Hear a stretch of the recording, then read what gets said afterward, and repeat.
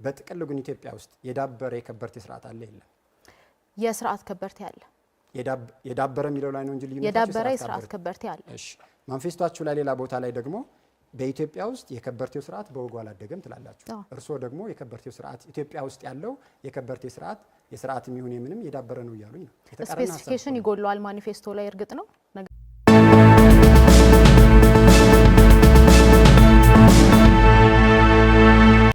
ወደ ቀጣዩ የትብብር ለኢትዮጵያ አንድነት ከመድረክ ለሚቀርብላቸው ጥያቄዎች ምላሽ ይሰጣሉ። ለነሱም 15 ደቂቃ ሰጣለሁኝ። የመጀመሪያው ጥያቄ ትብብር ለኢትዮጵያ አንድነት ማንፌስቷችሁ ላይ በእርግጥ ይሄኛው ንባብ ከኢሃፓ ማንፌስቶ ላይ የተወሰደ ነው። ነገር ግን በጋራ የምትከተሉት ሊሆን ስለሚችል ከዛ አንጻር ነው ጥያቄውን ማነሳው። ሶሻል ዲሞክራሲ የሚቃወመው ከፍተኛ ንብረት ማካበትን እና ሰርቶ አደሮችን ከመጠን በላይ መበዝበዝን ነው ይላል። ምን ማለት ነው? ቅድም እንደጠቀስኩት በኢትዮጵያ ውስጥ አሁን ባለው ሁኔታ የሀብት ከበርቴዎች ሳይሆን የስርዓት ከበርቴዎች አሉ ብለን እናምናለን። እነዚህ የስርዓት ከበርቴዎች የተወለዱት ወይም የተፈጠሩት ደግሞ የዜጎችን ሀብት በመበዝበዝ በሙስና እንዲሁም ደግሞ ከስርዓት ጋር ያልተገባ ትስስር በመፍጠር ነው ብለን እናምናለን። ስለዚህ አሁን ባለን አረዳድ ያሉት የስርዓት ከበርቴዎች ናቸው። እነዛን የስርዓት ከበርቴዎች ደግሞ በማስቆም ወደ የሀብት ከበርቴዎችን በመፍጠር እነዛ የሀብት ከበርቴዎች ለዜጎችም የስራ እድል በመፍጠር ለመንግስትም ትክክለኛውን ግብር በመክፈል የሀገር እድገት ላይ አስተዋጽኦ ከበርቴውን ማስቆም ማለት እኮ ኢንቨስትመንትን ማስቆምና አይደለም። የተለያየ ከበርቴን የጠቀስኩልህ የሀብት ከበርቴና የስርዓት ከበርቴ ብያለሁ። በስንት ትከፍሉታላችሁ? ሁለት እየጠቀስኩልህ ነው። የሀብት ከበርቴ ብያለሁ፣ የስርዓት ከበርቴ ብያለሁ። ዴፊኒሽኑ ላይ መነጋገር እንችላለን። የስርዓት ከበርቴዎችና የሀብት ከበርቴዎችን በንጽጽር አስቀምጡ ብትባሉ ኢትዮጵያ ውስጥ የትኛው ይበዛል? የስርዓት ከበርቴ ይበዛል። ስለዚህ ከስርዓት ከበርቴው ላባደሩን ነው ከብዝበዛ እንታደገዋለን የምትሉት? በሚገባ። በጥቅሉ ግን ኢትዮጵያ ውስጥ የዳበረ የከበርቴ ስርዓት አለ የለም? የስርዓት ከበርቴ አለ። የዳበረ የሚለው ላይ ነው እንጂ ልዩነታቸው የዳበረ የስርዓት ከበርቴ አለ። እሺ ማንፌስቷችሁ ላይ ሌላ ቦታ ላይ ደግሞ በኢትዮጵያ ውስጥ የከበርቴው ስርዓት በወጉ አላደገም ትላላችሁ። እርስዎ ደግሞ የከበርቴው ስርዓት ኢትዮጵያ ውስጥ ያለው የከበርቴ ስርዓት የስርዓትም ይሁን የምንም የዳበረ ነው እያሉኝ ነው። ስፔሲፊኬሽን ይጎለዋል ማኒፌስቶ ላይ እርግጥ ነው። ነገር ግን እያልን ያለ ነው የሀብት ከበርቴዎች መፈጠር አለባቸው። የሀብት ከበርቴዎች ስንል በትክክለኛው መንገድ ለመንግስት በትክክል ግብር የሚከፍሉ ሰርተው ያገኙ ከላባደሩ ገንዘብ በመበዝበዝ ያልበለጸጉ ሰዎች መፈጠር አለባቸው። እነዛ ሰዎች ለሀገር እድገት እኩል አስተዋጽኦ ማበርከት ከዚህ በኋላ ይፈጠሩ ነው ተፈጥሯል ነው? የሀብት ከበርቴዎች ያሉ በኢትዮጵያ ውስጥ በጣም በጥቂት የሚቆጠሩ ናቸው ብለን እናምናለን። ከሌሉ እናንተ ይሄ ክርክር ከተካሄደ ከ4 ወራት በኋላ ይሄ አመት ከተጠናቀቀ ከ30 ቀናት በኋላ መንግስት ትረገባላችሁ። በ4 አመት ውስጥ እንዴት ያለ ከበርቴ ፈጥራችሁ ነው ከከበርቴው ገንዘብ ከፍላችሁ ለሌላው የምታከፋፍሉ? በቅድሚያ የስርዓት ከበርቴዎች እንዳይኖሩ እናደርጋለን። ከመንግስት ጋር ያልተገባ ትስስር በመፍጠር ራሳቸውን የሚያበለጽጉና ምናልባትም በየመሸታ ቤቱ 1 ሚሊዮን 2 ሚሊዮን በአንድ ምሽት የማይከፍሉ ከበርቴዎች መፈጠር አለባቸው ብለን እናምናለን። ምክንያቱም እነዚህ አሁን የጠቀስናቸው የስርዓት ከበርቴዎች ባልተገባ ሁኔታ የሀገርን ሀብት በማካበት ከስርዓት ጋር ያልተገባ ትስስር በመፍጠር ነው እየበለጸጉ ያሉት ብለን ነው የምናምነው። በትክክለኛ መንገድ ቅድም እንደነገርኩ የነፃ ገበያ ወይም ደግሞ የገበያ መር ኢኮኖሚ ነው የምንጠቀመው። የገበያ መር ኢኮኖሚ በመጠቀም ኢንቨስተሮችን እንስባለን። ኢንቨስተሮች ይሳባሉ፣ ፉክክር ይኖራል። ትክክለኛ የሀብት ከበርቴዎች ይፈጠራሉ። ስለዚህ ይፈጠራሉ ነው እያሉኝ ያሉት? አዎ የሀብት ከበርቴዎች ምንም ይሁን ስያሜያቸው ልዩነት አለው፣ መሰረታዊ ልዩነት አለው። ምንም ይሁን ማለት አንችልም። እሺ በእናንተ በኩል የሀብት ከበርቴዎች ይፈጠራሉ ነው? በሚቀጥለው 5 ወር ውስጥ የሀብት ከበርቴዎች ተፈጥረው በሚቀጥሉት 5 ወር አይደለም። እናንተ መንግስት የምትሆኑት ከ5 ወር በኋላ ነው እኮ። ከዛ ፕሮሰስ ነው። ስለዚህ ከበርቴዎች ትፈጥራላችሁ። ከፈጠራችኋቸው ከበርቴዎች ላባደሩን ትጠብቁታላችሁ። እኛ የምንፈጥረው የስርዓት ከበርቴ አይደለም። ላባደሩ መጠበቅ ያለበት ከስርዓት ከበርቴዎች ነው። ምክንያቱም ላይ እንደሱ አይደለም የሚለው ከከበርቴው ስርዓት ነው የሚለው። የኢሃፓን ማኒፌስቶ ነው ያገኘው። የኢሃፓ ባል ነው ጥርሶ ያወራው ያለው ስለ ትብብር ለኢትዮጵያ አንድነት ነው። የኢሃፓን ነው አይደለም የመጣሁት እኮ። የትብብሩ ማኒፌስቶና የኢሃፓ ማኒፌስቶ የትብብሩ የኢኮኖሚ ስሪት ከዚህ ይለያል። ሙሉ በሙሉ አንድ አይነት አይደለም። ከፍተኛ ግብር መጣል የግል ባለሀብቱን ያስራል፣ ተስፋም ያስቆርጣል፣ ኢንቨስትመንትም ያቀጭጫል። እናንተ የምትከተሉት እናንተ ገብረዋለን የምትሉት ስርዓት ይሄን የሚፈጥር ነው። የሀገርን ኢኮኖሚ እና ዜጎችን ሊቀጥር የሚችል ኢኮኖሚ እንዴት ትፈጥራላችሁ በዚህ መንገድ? ከፍተኛ ኢኮኖሚ ከፍተኛ ግብር በመጣል ሁኔታ ከዚህ አሁን ካለው መንግስት የበለጠ እንጥላለን የሚል እምነት የለንም። ያም አይደለም እቅዳችን። ነገር ግን ተገቢ የሆኑ ግብሮችን በመጣል ግብሩ ለተገቢው የህዝብ አላማ እንዲውል እናደርጋለን። አሁን እየተጣለ ያለውን ግብር በተመን ነው በአሰራር ነው የምትቃወሙ? በተመንም በአሰራር። ተመኑን ታሻሽሉታላችሁ? አዎ። ከምን ወደ ምን? አሁን ያሉት በተለይ ደግሞ በመሰረታዊ አቅርቦቶች ላይ ያለው እንዲሁም ደግሞ አንዳንድ ግብር ሊጣልባቸው የማይገቡ ጉዳዮች አሉ። የተጋነነ ግብርም ለምሳሌ ከሰራተኞች የሚሰበሰብ ግብር የተጋነነ እንደሆነ እናምናለን። ከሲቪል ሰርቫንቱ ሙሉ በሙሉ ወይም ደግሞ ግብር የመሰብሰብ ፍላጎት አይኖረንም። ያም እንኳን ማሳካት ባንችል በጣም ዝቅተኛ ግብር ነው ምንጥለው። ስለዚህ በተመንም በአሰራርም በኩል አሁን ያለውን ሁኔታ አንከተልም። ግብር የምትቀንሱ ከሆነ የሀገር ውስጥ ገቢ ይቀንሳል። የሀገር ውስጥ ገቢ የሚቀንስ ከሆነ የልማት ጥያቄዎችን፣ የካፒታል በጀት፣ የክልሎች ድጎማ በጀትን፣ የዘላቂ ልማት ማስፈጸሚያ ግቦች ከየት ልታገኙ ነው? ግብር ስትቀንሱ ገቢያችሁ ይቀንሳል። የሀገር ውስጥ ገቢ የሚገኘው ከግብር ብቻ አይደለም። ኢትዮጵያን ካለማወቅ ምናልባት የመነጨ ጥያቄ ይመስለኛል። ምክንያቱም አሁን እኮ ለጦርነት እንኳን የሚውሉ በጣም ብዙ ቢሊዮን ዶላሮች እያየን ነው። ስለዚህ መንግስት የሀገር ውስጥ ገቢ ከምንድን ነው የሚገኘው? ከምንድን ነው እናንተ የምታገኙ? አሁን መንግስት እያገኘ ካላቸው አማራጮች ውጭ ምን ታመጣላችሁ ወይም ምን ትጨምራላችሁ? ስለ ግብር ብቻ ነው እያወራሁት። አሁን መንግስት እያገኘ ስላለው ሁኔታ አልገባውም። ነገር ግን ከግብር ብቻ አይደለም ገንዘብ ትጨምራላችሁ እናንተ? ቀጥታ ግብር ከመሰብሰብ ባለፈ መንግስት በሚያስተዳድራቸው ተቋማት ላይ ለምሳሌ ኤክስፖርቶች ሊኖሩ ይችላሉ፣ እንዲሁ ደግሞ ሰርቪሶች ሊኖሩ ይችላሉ። ከዛ ውስጥ በምናገኘው ገንዘብ የውጭ ግብይት ገቢ ነው እንጂ የሚሆነው የግብር ገቢ አይደለም። ከነዚህም ሰዎች እኮ ግብር ሰብስባችሁ ነው የመንግስት ግብርን የምንሰበስበው ግብር በመጀመሪያ ደረጃ ተመጣጣኝ መሆን አለበት ብለን እናምናለን። የህዝቡን ገቢ ያማከለ የህዝቡን የኑሮ ሁኔታ ያማከለ ገቢ እንሰበስባለን። ከፍተኛ ግብር ማለት ግን ከህዝቡ አቅም በላይ ነው የሚሆነው። ስለዚህ እንደ ትብብር በማኒፌስቶችን ላይ ያስቀምጥ ነው ከህብረተሰቡ ተመጣጣኝ የሆነ ግብርን በመሰብሰብ መልሰን ደግሞ ያ ግብር አሁን እንደሚባለው ለመንግስት አገልግሎት ብቻ ሳይሆን ለህዝብ ተጠቃሚነት እንዲተላለፍ እና በትክክል ለታለመለት አላማና መዋል ላለበት አላማ እንዲውል እናደርጋለን ያለው። ማንፌስቷችሁ ላይ ትምህርትና ጤና ለሁሉም ዜጋ በነጻ ይሰጣል፣ ለስራ አጦችም እርዳታ ወይም ደግሞ ዳረጎት እናከፋፍላለን ብላችኋል። የኔ ጥያቄ አሁን ኢትዮጵያ ውስጥ አይኤልኦ ባወጣው መረጃ መሰረት ከ8 እስከ 10 ሚሊዮን ስራ ፈላጊ ዜጎች አሉ። በትንሹ በወር 4000 ብር ዳረጎት ብትከፍሏቸው 480 ቢሊዮን ብር በአመት ለነዚህ ሰዎች መክፈል አለባቸው። በዚህ ላይ ከ370 ቢሊዮን ብር በላይ ለመሰረታዊ ፍጆታዎች የሚሰጥ በጀት አለ። አሁን ባለው መረጃ ሁለቱ ተደምሮ 800 ቢሊዮን ይደርሳል። የዚህ ሀገር አመታዊ በጀት 1 ትሪሊዮን ነው። እጃችሁ ላይ የሚቀረው 200 ቢሊዮን ነው። 200 ቢሊዮን ብር ይዛችሁ ለክልሎች የድጎማ በጀት ማድረግ መቻል አለባችሁ። የስራ ማስኬጃ ወጪዎች አሉባችሁ። ካፒታል አላችሁ። ይሄን ሀገር በ200 ቢሊዮን ብር ምን ልታረጉት ነው? አሁን ላይ ያለውን ዳታ ነግረኸኛል። አሁን ላይ ስላለው ዳታ አይደለም የምናወራው። በሚቀጥለው አመት የምትረከቡት መንግስት የሚኖረው የቁጥር አቅም ወይም ደግሞ ይሄ ሎጂክ አግባብ ይሆን የነበረው ካልኩሌሽኑ አግባብ ይሆን የነበረው እያንዳንዱን የስራ አጥ አድርገን ስንደጉም ለመኖር ብናስብ ነው የሚለው ማንፌስቷችሁ። ለስራ አጦች ስራ እስኪያገኙ እንትኑ የተፈጠረው ክፍተቱ የተፈጠረው አንተ ያገኘኸው የኢሃፓ ማኒፌስቶ ነው። እኔ ያለሁት እንደ ትብብር ለኢትዮጵያ አንድነት ነው። እሺ ትብብር ለኢትዮጵያ ይሄኛውን ለስራ አጦች ዳረጎት እናደርጋለን የሚለውን ከኢሃፓ ወስዶ አይተገብረውም። ደግሞ ትብብር ይሄን ሀሳብ አይቀበለውም ማለት ነው። ያ እናደርጋለን። ነገር ግን የስራ አጥ ቁጥርን መቀነስ ነው ዋነኛ አላማችን እንጂ ማንፌስቷችሁ የሚለው ስራ አጦች ስራ እስኪያገኙ ድረስ ቃል በቃል ወርሃዊ ድጎማ እኮ ስለ ኢሃፓ ነው እያወራህ ያለኸው ነው እያልኩ ያለሁት ዳዊት። እሺ ይሄኛው የኢሃፓ ሀሳብ ከሆነ ትብብሩ አይቀበልም ወይ? ትብብሩ የሚቀበልበትን መንገድ እያስረዳሁ ነው። ከኢሃፓ ነጥለህ እንድታየው ማለት ነው። ትብብሩ የሚለው የስራ አጥ ቁጥርን እንቀንሳለን፣ በጣም ራዲካል በሆነ መንገድ እንቀንሳለን። ምክንያቱም የስራ አጥ ቁጥር የጨመረባቸው ምክንያቶች አሉ። ከነዛ ምክንያቶች ውስጥ አንዱና ዋነኛው ጦርነት ነው። ጦርነቱ ካቆመ ኢንቨስትመንቶች ይጨምራሉ፣ በየክልሉ ያሉ ኢንቨስትመንቶች። ስለዚህ እንትን ነው ኢምፕራክቲካል አይደለም። ይሄ የስራ አጥ ቁጥር ጦርነት ባልነበረበት ጊዜ ከቁጥሩ መጨመር በስተቀር ጦርነት ባልነበረበት ጊዜ መረጃ ልሰጥዎት እችላለሁ። ኢትዮጵያ ውስጥ በአማካይ እስከ 5 እስከ 6 ሚሊዮን የሚደርስ ስራ ፈላጊ አለ። ይሄኛውን 4000 በ5 ሚሊዮን የምናባዛው ከሆነ በትንሹ እስከ 200 ቢሊዮን ዳረጎት መክፈል አለባችሁ። የቁጥር ልዩነት ነው። ጦርነቱ ቁጥሩ ማተር ያደርጋል። ስለዚህ እኔም ጥያቄ እሱ ነው እኮ ቁጥሩ ማተር ያደርጋል እያልኩ ያለሁት። እሺ በ200 መንግስት ሆነን አናቅም። መንግስት ስንሆን እኛ በምን ያህል መጠን የስራ አጥ ቁጥሩን እንቀንሳለን ከሚለው ጋር ነው ካልኩሌት ሊደረግ የሚገባው በመጀመሪያ ደረጃ። ጥሩ። የማንፌስቷችሁ በተመለከተ ብሔራዊ ባንክ የመንግስት ተጠሪና በመንግስት ስር ይሆናል ብላችሁ አስቀምጣችኋል። ምን ማለት ነው?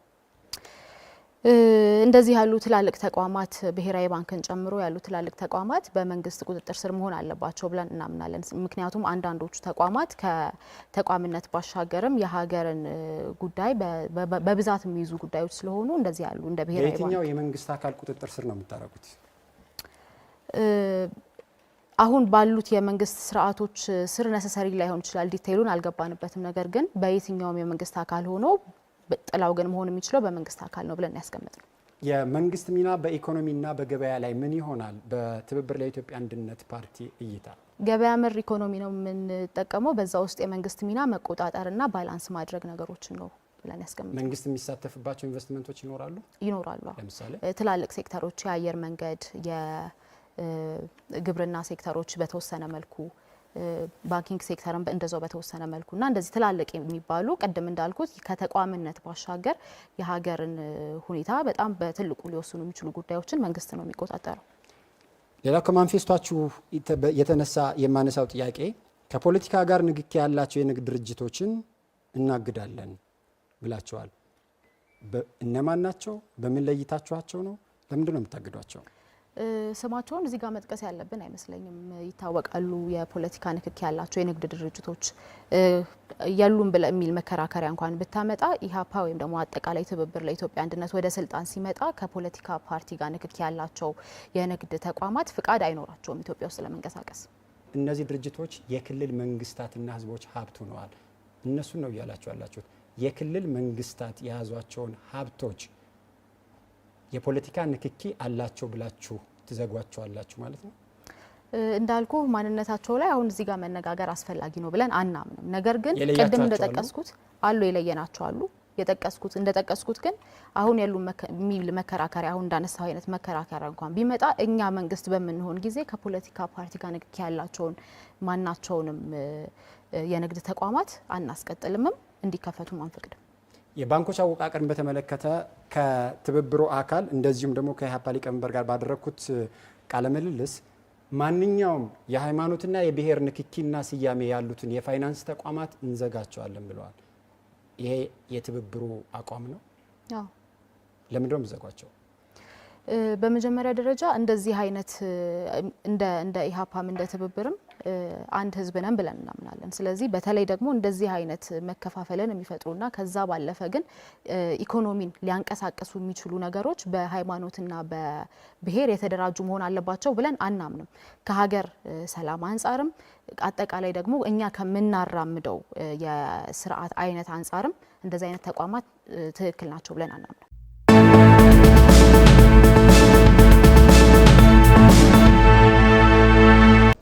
የምንመጣ ይሆናል። ምናልባት የተነሱ ጥያቄዎች ላይ አጠር አድርጌ ምላሾችን ለመስጠት እሞክራለሁ። የመጀመሪያው ከብልጽግና አካባቢ የተነሳው በተለይም አንድ እግራችሁን ከዚህ ሌላኛ እግራችሁን ደግሞ ወደዛ አንፈራጣችሁ የሚሉ ጥያቄዎች ተነስተዋል። መቼም ይህ ጥያቄ ለአማራ ብሔራዊ ንቅናቄ አብን አይመስለንም። ምክንያቱም አብን ሰላማዊ የትግል አማራጭን ብቻ የትግላችን ዋና እሴት አድርገን እየተንቀሳቀስን ያለን የፖለቲካ ፓርቲዎች መሆናችንን ስለምናቅ ከዛ ይልቅ በመንግስት የሰላም ማስከበር አቅም ማነስ አሊያም ደግሞ ቸልተኝነት ምክንያት ጫካ ያለው ኃይል የፕሮፓጋንዳ ማሽን ሆነው እያገለገሉ ያሉ አንዳንድ የፖለቲካ ፓርቲዎች ምናልባትም ከቀደመው ስህተታቸው ያልታረሙ ያልተመለሱ የኢትዮጵያን ሕዝብም እንዳጠቃላይ ይቅርታ ያልጠየቁ የተለያዩ የፖለቲካ ፓርቲዎች ማለት ከሆነ እሱ ትክክል ሊሆን ይችላል የሚል ሀሳብ ነው ያለን።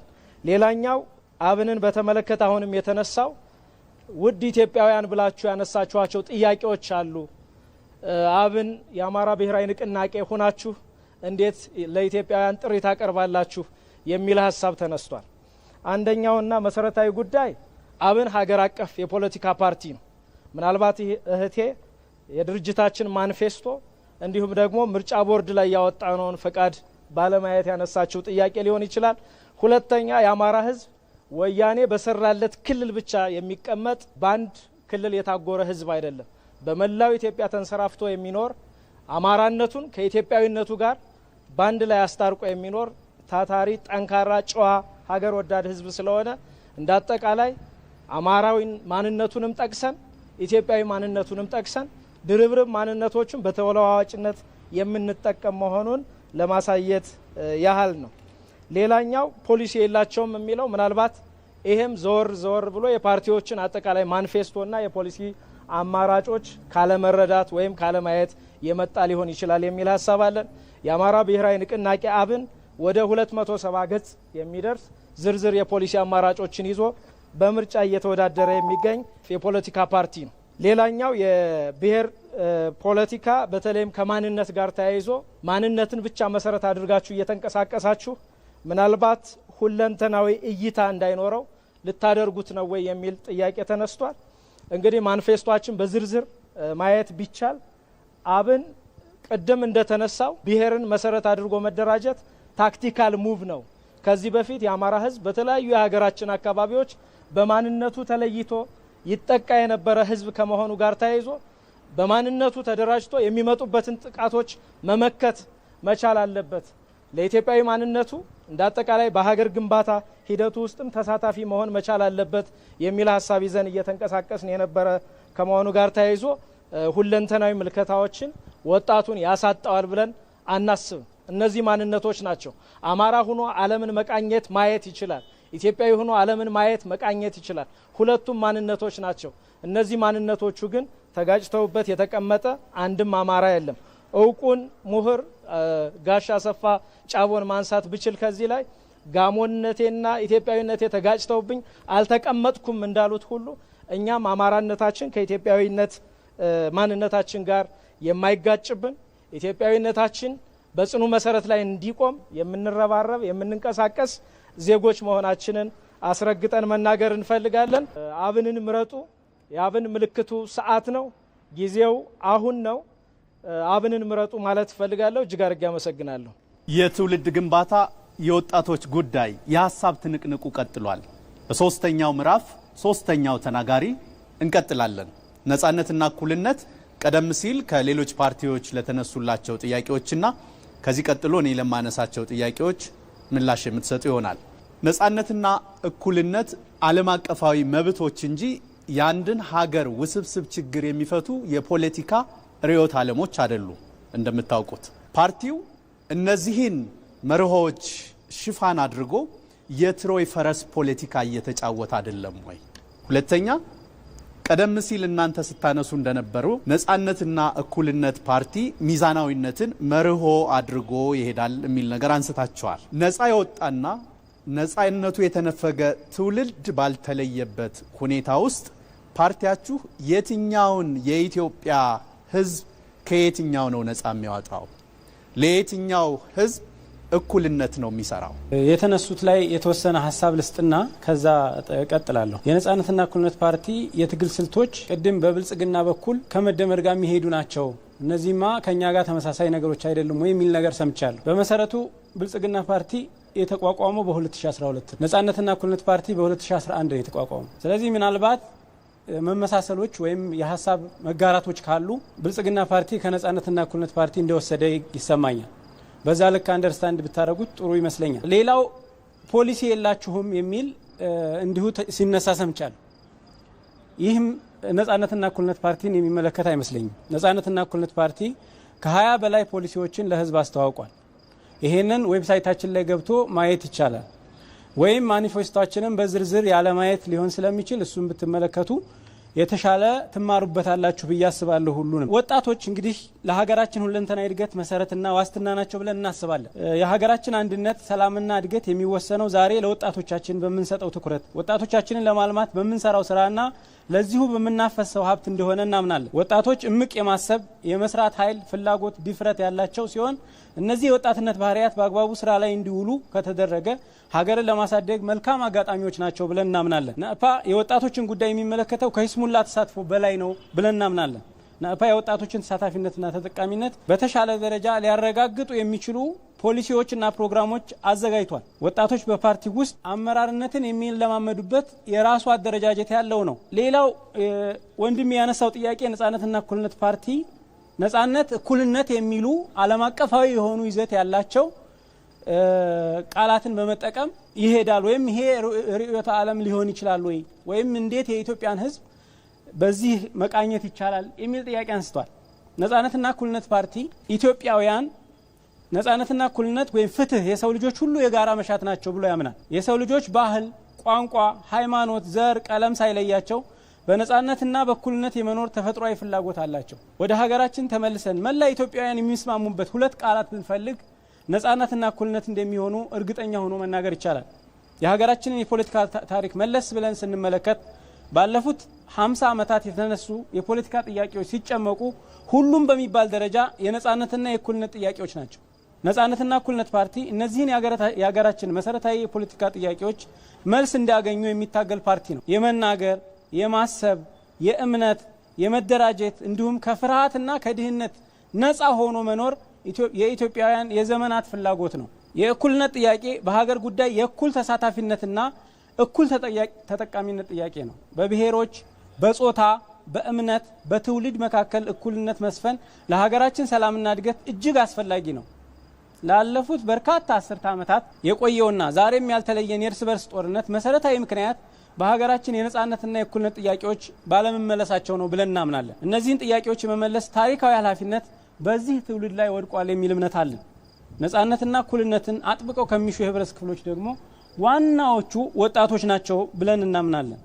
የተገበራችሁ የሀገራችን ወጣቶች፣ የሀገራችን የስነ ህዝብ መረጃዎች እንደሚያሳዩት ከሀገራችን ህዝብ ውስጥ 1/3 ወጣት ነው። ይህ ከፍተኛ ቁጥር ለሀገራችን እድገት እምቅ ሀብት ነው። ወጣቶች የዛሬዋና የነገዋ ኢትዮጵያ መምህራን፣ ሳይንቲስቶች፣ ሐኪሞች፣ ስራ ፈጣሪዎች፣ ኢንቨስተሮች፣ ተመራማሪዎች፣ ፖለቲከኞች፣ የህዝብ አስተዳዳሪዎችና የጥበብ ሙያተኞች ናቸው። ወጣቶች ለሀገራችን ሁለንተናዊ እድገትና መሰረት ዋስትና ናቸው።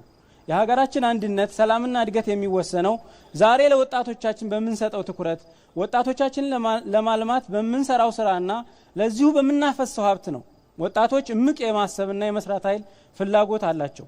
ስለዚህ ይህንን ተግባራዊ ለማድረግ ሚዛናዊ የሆነ ለሁሉም ኢትዮጵያውያን በዘር፣ በቀለም፣ በሃይማኖት ሳንለይ ሁሉንም ኢትዮጵያውያንና ወጣቶች እኩል ማገልገልና ይሄንን ተግባራዊ ማድረግ በነጻነትና እኩልነት ፓርቲ አመራር ይፈጸማል ብለን እናምናለን። እንደ ነጻነትና እኩልነት ፓርቲ ቅድም ልክ እሱ እንዳለው ዓለም አቀፋዊ የሆኑ መፍትሄዎችና አማራጮች ተብለው የሚታሰቡት የነጻነትና የእኩልነት ፓርቲ እሳቤዎችን በሀገር በቀል አስተሳሰብ እንዴት ነው የመቀየር ሀሳብ ያላችሁ የሚለውን ወንድሜ በደንብ ገልጾታል። ግን በተጨማሪ የተወሰነችን ነገር ለማለት የነጻነትና የእኩልነት ጉዳይ ብዙ ጊዜ በጣም ተራርቀው ወይም አንዳቸው ሲሆን አንዳቸው አይሆንም የሚል እሳቤ ያለው ነገር ግን እሳቤዎች ሁሉ ወይም እስከዛሬ ድረስ የተመጣባቸው ተብሎ የሚታሰቡ ነገሮች በሙሉ ማይሳኩና ማይቻሉ ነገር ናቸው ተብሎ የሚታሰብበት የኢትዮጵያ የተለመደ የፖለቲካ ባህል መቀየር አለበት ብሎ ያምናል። ነእፓ በነጻነትና እኩልነት ጉዳይ ላይ የሚመጡ ጥያቄዎች ናቸው ብዙ ጦርነቶችንና አሁን ላይ ላለንበት ችግር መንስኤ ብሎ የሚያስበው። ስለዚህ ይህንን መንስኤ ከስር መሰረቱ ለመንቀል ከዚህ በፊት የነበረውን የፖለቲካ እሳቤና ባህል በአስተሳሰብም ደረጃ በድርጊትም ደረጃ ደግሞ ለመቀየርና በመወያየትና ችግሮችን በሀሳብ ደረጃ ብቻ በመነጋገር ጦርነትን ከማንገብና ጦርን አንግቦ ወደ ጦርነት ዘመቻ ከመሄድ በዘለለ በሀሳብ ሰዎች በመለያየት ውስጥ ያለውን አንድነትን በመፈለግ እንደ ኢትዮጵያ ለመኖር የነጻነትና እኩልነት ጥያቄዎችን መልስ መመለስ አንዱ ፓርት ነው ወይም አንዱ ነው ብሎ ያምናል። ስለዚህ እነዚህ ዓለም አቀፋዊ እሳቤዎች እንደ መፍትሄ ለሀገራችን ቢወርዱ የማይቻሉ ነገር ሳይሆን የሚከብዱ ናቸው። ነገር ግን ቢቻሉ አሁን ላይ የምናያቸውን ሰቆቃዎችና ስቃዮች ወጣቶች ላይ ጭምር እየመጣ ያለውን ይህንን ሁሉ ችግር ማንሳትና ማስተካከል ይችላል ብሎ ያስባል። ሚዛናዊነት ወይም የሚዛናዊነት መርህ ነገሮችን ወይም ደግሞ ጥላቻዎችን ከወዳጅነት በመለየት በመሀከል ላይ ወይም ሚዛናዊ ሆኖ ከመሄድ ጋር የተያያዘ ነው።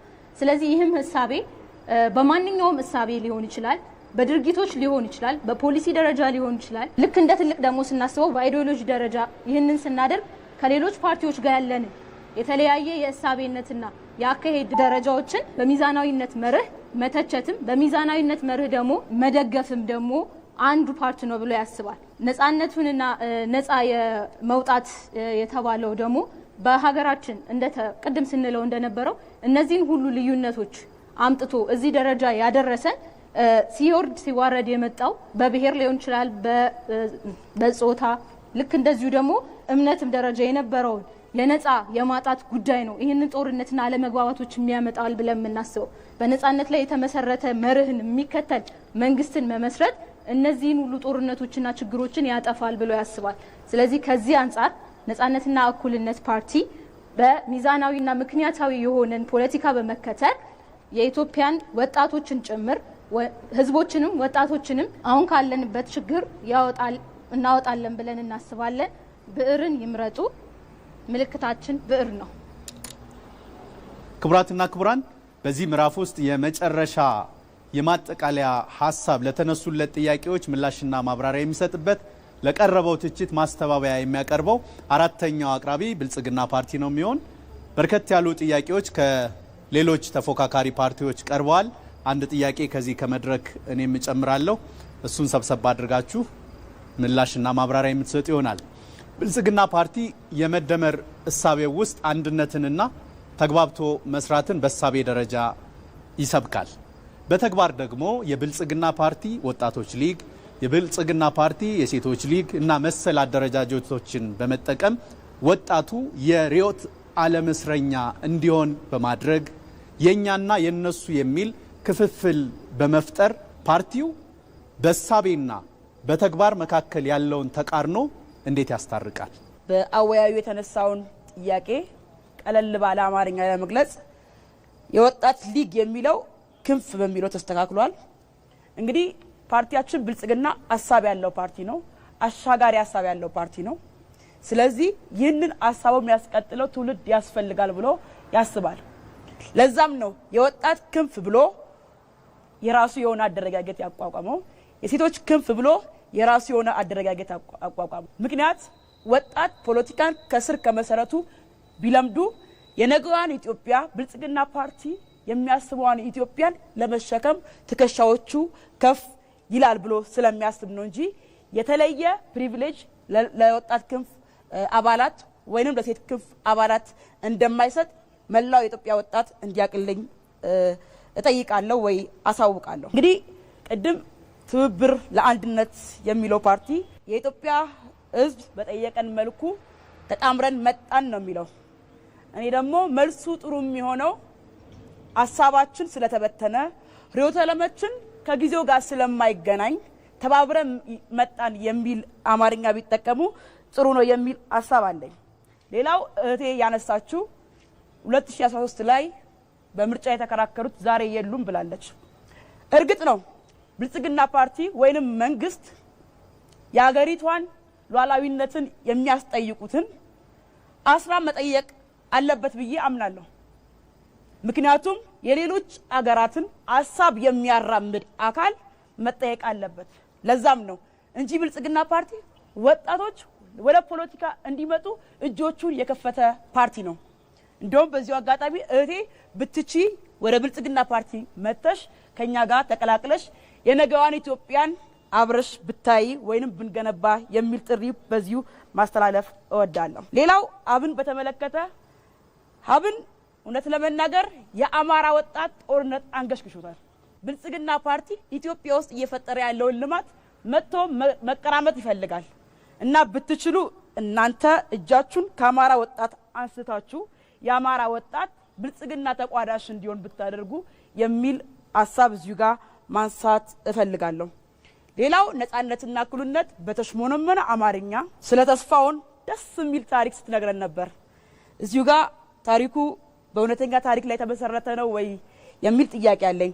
አዎ የሚል ከሆነ ስለ ኮሪደር ታወራለች፣ መሀል ላይ የሆነ ሰዓት ላይ ደግሞ ስለ ፕላስቲክ ቤት ታወራለች። ይጣረጻል።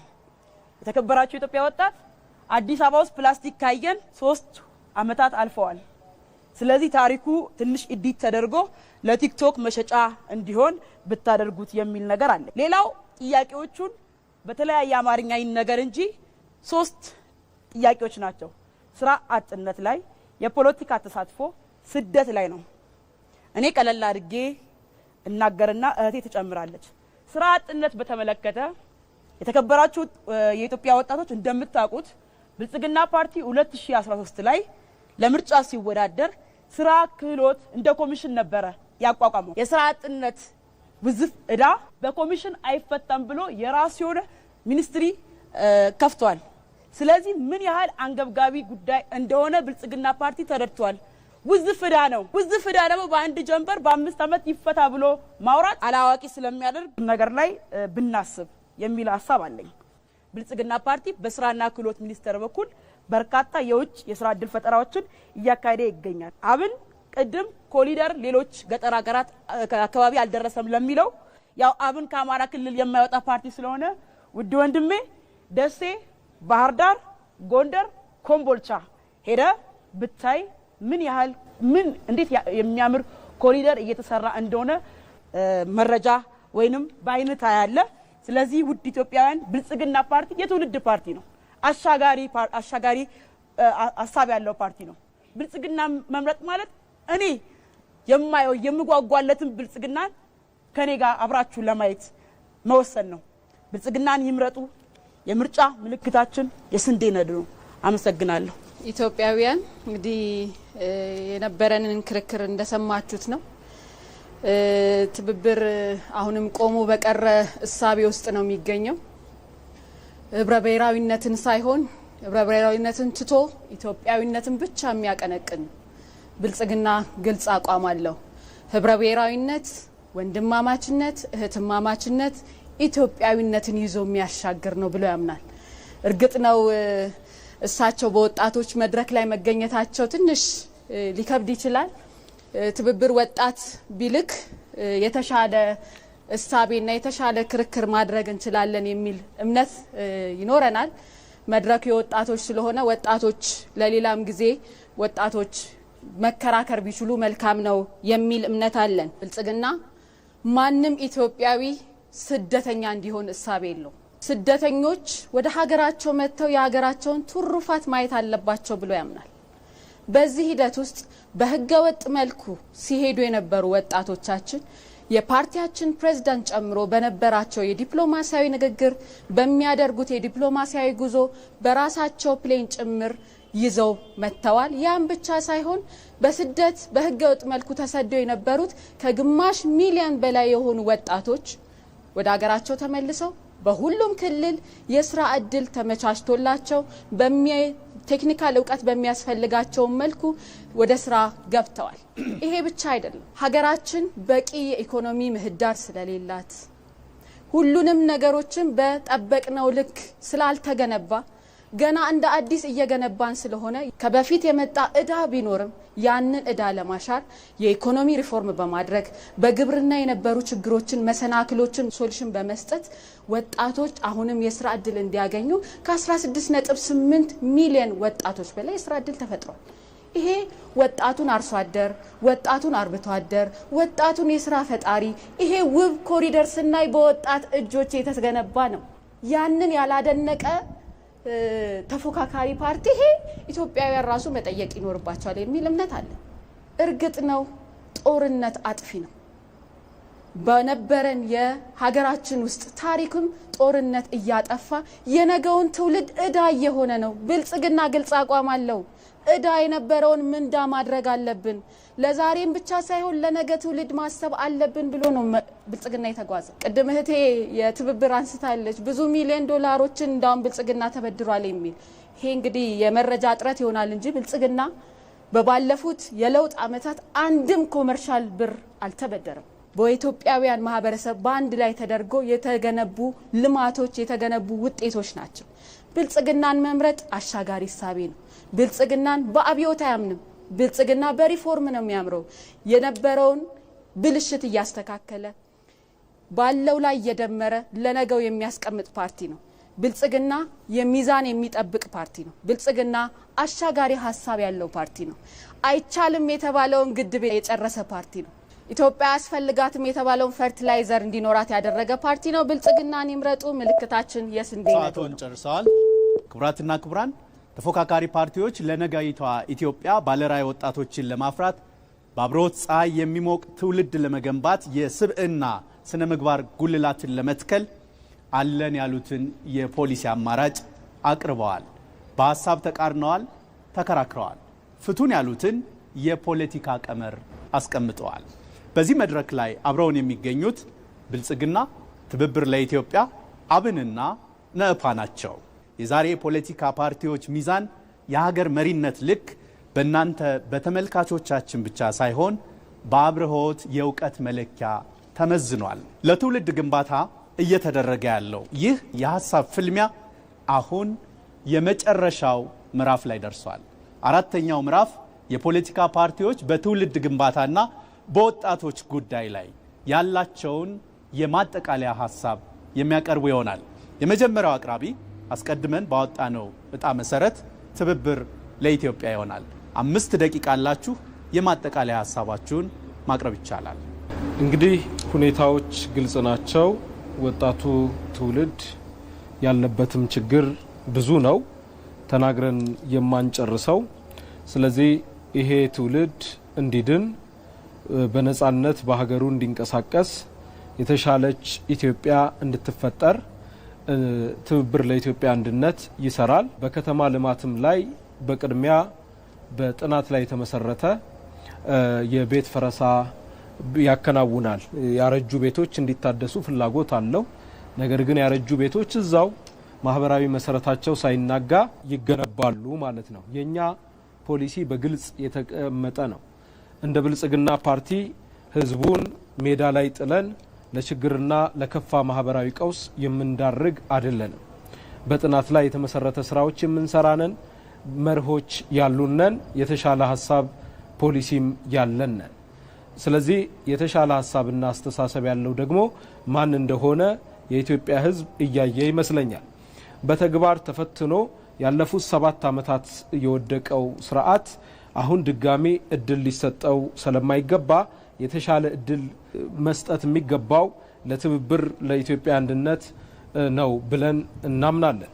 ስለዚህ ውድ ኢትዮጵያውያን ሀሳቦቻችንን፣ ፖሊሲዎቻችንን በደንብ ተደራሽ እናረጋለን። ባሉን ማህበራዊ ሚዲያ አማራጮች፣ በመንግስት ሚዲያዎችም በሰፊው እናሰራጫለን፣ እያሰራጨንም ነው። ይህንን አይታችሁ አመዛዝናችሁ በሚገባ ትብብር ለኢትዮጵያ አንድነትን እንደምትመርጡ እናምናለን። ትብብር ለኢትዮጵያ አንድነትን መምረጥ የኢትዮጵያ የተሻለ እድገትን፣ ከፍታን መምረጥ ነው። ጊዜ ስለሌለ ይሄ ጊዜ ደግሞ ወሳኝ ስለሆነ ነገ እንዳትጸጸቱ፣ ታሪካችሁም የከፋ ሁኔታ ውስጥ እንዳይገባ አሁን በስጋት ውስጥ ያላችሁ ኢትዮጵያውያን መብታችሁ በእጃችሁ ስለሆነ ነጻነታችሁን ለማረጋገጥ ቆርጣችሁ እንድትነሱ ጥሪያችንን እናስተላልፋለን። በተለይ ደግሞ ሀገራችን አሁን ያለችበት ጦርነት የበለጠ እየቀጠፈ ያለው ወጣቱም ስለሆነ ከዚህ አዙሪት መውጫው መንገድ ኢትዮጵያዊ የዜግነት ፖለቲካ ነው ብለን እናምናለን። ያ ማለት ደግሞ ህብረ ብሔራዊ አንድነትን የዘነጋን አይደለንም። በጂኦግራፊ ላይ የተመሰረተ፣ በመልክዓ ምድራዊ አቀማመጥ ላይ የተመሰረተ የፌዴራሊዝምን እናቀነቅናለን። ርዕዮተ ዓለማችን ሶሻል ሊበራሊዝም ነው። የተቀናጀነውም ርዕዮተ ዓለማችን እንደተባለው ደካማ ወይም የሌለ የጠፋ ስለሆነ አይደለም። ሶሻል ዲሞክራሲም ሆነ ሊበራሊዝም የዚህ የቅንጅቱ አባል ፓርቲዎች ለምሳሌ ኢህአፓና እናት ሶሻል ዲሞክራሲን ያቀነቅናሉ። ይህ ርዕዮተ ዓለም የሚሰራ እየሰራ ያለ ርዕዮተ ዓለም ነው። እህቴ ቀጥይ። ትውልድ ግንባታ አግላይ ፖለቲካን፣ ኢትዮጵያዊነትን የሚያዳክም የከፋፋይ ፖሊሲና ህገ መንግስትን በማሻሻል በእኩልነት ላይ የተመሰረተ አንድነቷን የጠበቀች ወጣቱን ሆነ ሁሉንም ኢትዮጵያዊ ከመከፋፈል ይልቅ የሚያቀራርብ የቤት ልጅና የእንጀራ ልጅ አድርጎ ከማየት ይልቅ ሁሉንም በእኩልነት የሚያይ ፖሊሲን የሚከተል ስርዓተ መንግስትን እንገነባለን። ውድ ኢትዮጵያውያን፣ ያለችን አንድ ሀገር ነች፣ እሷም ኢትዮጵያ ነች። ስለዚህ ዛሬ መወጣት ያለብንን ኃላፊነት ሳንወጣ ቀርተን ለነገ ትውልድ መከራን ከምናስተላልፍ ዛሬ እጅ ለእጅ ተያይዘን መስራት ያለብንን ስራ ሰርተን ሀገራችንን ማትረፍ አለብን። ስለዚህ ወደ ትብብሩ መታችሁ ትብብሩን እንድትመርጡ መለያችን አውራ ጣት ነው። እኛን ደግፉ። ፓርቲያችን ክፍት ነው። ወጣቶችን ያሳትፋል። አይ ይሄ ሀሳብ ጥሩ አይደለም የሚል ይሄንን ብትጨምሩ እኔ ከናንተ የተሻልኩ ነኝ ብሎ የሚመጣ ኢትዮጵያዊ ካለ ለሱም ክፍት ነው። አላማችን ኢትዮጵያን ከችግሮቿ ማውጣት፣ ህዝቡን መታደግ፣ ኢትዮጵያ ሰላም የሆነ አየር እንድትተነፍስ ሰላምን ሴኩር ማድረግ ነው። ትብብርን ይምረጡ የምርጫ ምልክታችን አውራ ጣት ነው። አመሰግናለሁ። የአማራ ብሔራዊ ንቅናቄ ፓርቲ አብን የማሳረጊያ ሀሳባችሁን እንድታቀርቡ 5 ደቂቃ ጊዜ ያላችሁ። የተከበረው የአማራ ወጣት አሁንም ቢሆን ወያኔ ሰራሹ የአማራን ህዝብ በአንድ አማራ በሚባል ክልል ውስጥ ብቻ አግሮ ሀገራዊ ማንነቱን ወይም በሀገር ላይ እየኖረ ያለውን ነባራዊ ሁኔታ የመካዱ ሁኔታ አሁንም በብልጽግና ቀጥሎ ያለበትን ሁኔታ ከዚህ ከመድረክ እየሰማን ያለ ነው። የአማራ ህዝብ ትግል አሁንም ቢሆን ምን ያክል ረጅም ጊዜና ፈታኝ ውጣ ውረድ እንዳለበት አሁንም ገና ዳገቱ ላይ እንደሆን ማሳያ ስለሆነ አሁንም ከዚህ ነባራዊ ሁኔታ ሊያላክ የሚችለው ተደራጅቶ መታገል መሆኑን ነገ ኢትዮጵያ ለሁሉም የሆነች ሀገር አድርገ መገንባት የምትችለው ለመገንባት የድርሻን ልትወጣ የምትችለውም ዛሬ ላይ በመደራጀትና ወሳኝ ኃይል ጫና ያለው ኃይል ሆኖ መውጣት ስትችል እንደመሆኑ መሆኑን አበክረን ማስገንዘብ እንፈልጋለን። አማራ ብሔራዊ ንቅናቄ በቀጣዩ ምርጫ ስልጣን ቢይዝ የወጣቱን ስብዕናና ተጠቃሚነትን በተመለከተ ሊፈጽማቸው ያቀዳቸውን ተግባራት ከዚህ በመቀጠል አቀርባለሁ። አማራ ብሔራዊ ንቅናቄ አብን በምርጫ የህዝብ ድምጽ ቢያገኝ የወጣቱን የኢኮኖሚ ነጻነት ለማረጋገጥ ወጣቶች ያለ ንብረት ማስያያ በእውቀታቸውና በስራ ፈጠራ ሀሳባቸው ብቻ ብድር የምታገኙበትን የወጣቶች ቢዝነስ ባንክ ያቋቁማል። ትምህርት ቤቶች ከፖለቲካ ነጻ ይሆናሉ። የስራ ቅጥርና እድገት በብቃት እንጂ በፖለቲካ ወገንተኝነት እንዳይሆን አበክሮ ይሰራል። በታሪኩ የማይደራደር በአባቶች ጀግንነት የሚኮራና ለዜግነት ክብር የሚቆም ትውልድ እንገነባለን።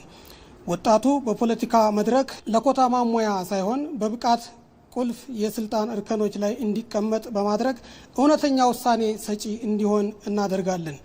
ማንኛውም ወጣት በየትኛውም የሀገሪቱ ክፍል በነጻነት የመስራትና የመኖር መብቱ በሕግ እንዲከበር እናደርጋለን።